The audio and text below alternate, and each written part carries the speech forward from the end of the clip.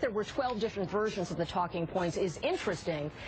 Many of those were not substantive, but there was a big change between talking point version 1 and number 12. And the biggest difference is they became shorter. References to a specific knowledge of terror attack was removed.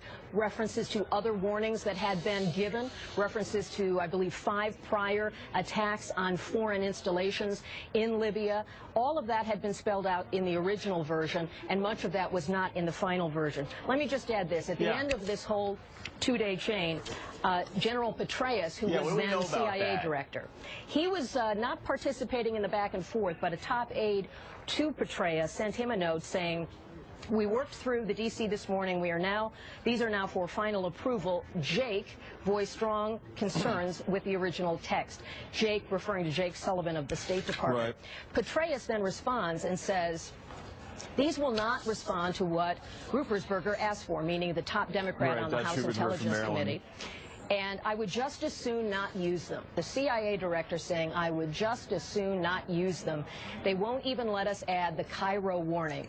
But it's their call, National Security Staff's call. Thanks for your work." This is quite a window into what usually is a very hush-hush process about how to deal with these types of attacks and the spin that irrevocably comes afterwards. Kelly O'Donnell, thank you so much for joining us. We appreciate it. And thank you for doing a lot on the run right there. That's not always easy. A lot of detail there. I didn't mean to just hit you with a fire hose of info, but we're working it out. No, and we will definitely dig into this. I just want to go to the panel real quick.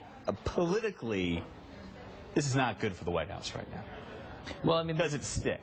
I mean, sure, they look terrible. There have been comparisons to Watergate. They did not, in fact, try to kill people, and they didn't try to get their staff killed, right? Like this was them trying to save face after something terrible had happened and try to prevent what looks like accurate perception that they had not been careful enough in Benghazi, that they'd been sloppy about security, that they'd ignored warnings. Looks like this. I mean, as you read that, it sounds like the State Department is very concerned about this. At one point, reportedly, the State Department official Victoria Nuland says the leadership of her building is really worried about this in a way that points to Hillary Clinton and her top deputies. The White House kind of deferring to them. And like, does this become then an election politics thing? So obviously, we've talked about the connection to Hillary Clinton, which the GOP has been trying to push forward, but also the issue of the president trying to sit on this because the election was only a few weeks away when this attack occurred. Sure, it becomes an election issue. It becomes a 2014 issue. It becomes a 2016 issue. It becomes a potential, should I even say that word that starts with I, that I think we all know, that 3-syllable word? It becomes, you know the word I mean.